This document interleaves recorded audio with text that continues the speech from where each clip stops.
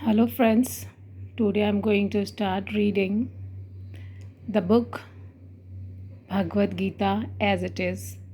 It is our holy book, and I'm going to start reading the chapter 1, first slok.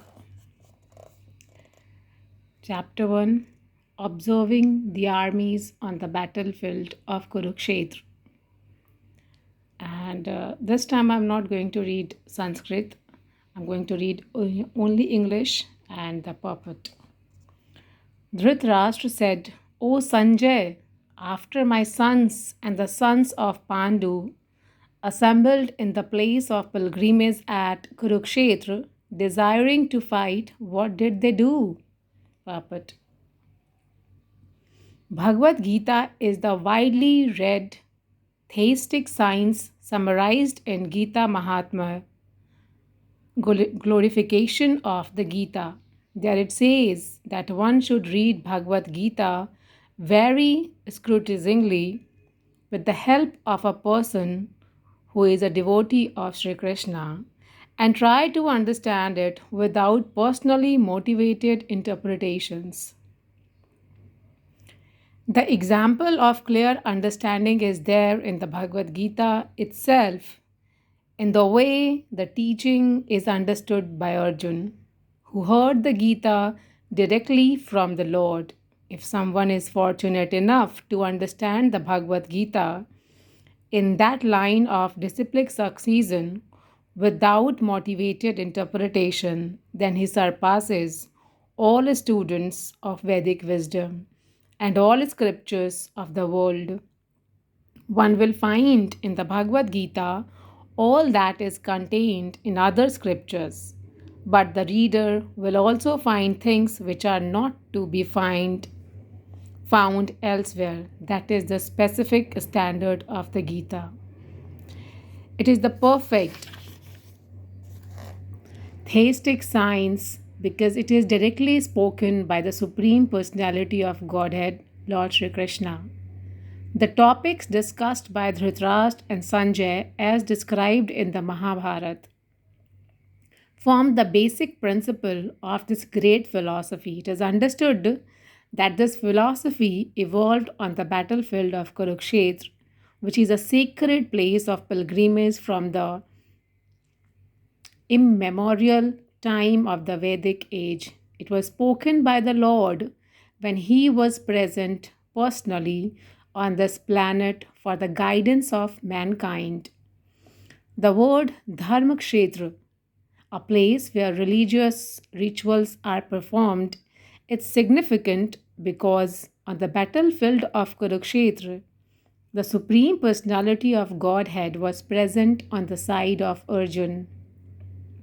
Dhritarashtra, the father of the Kurus, was highly doubtful about the possibility of his son's ultimate victory. In his doubt, he inquired from his secretary Sanjay, what did they do? He was confident that both his sons and the sons of his younger brother Pandu were assembled in the field of Kurukshetra for a determined engagement of the war. Still, his inquiry is significant.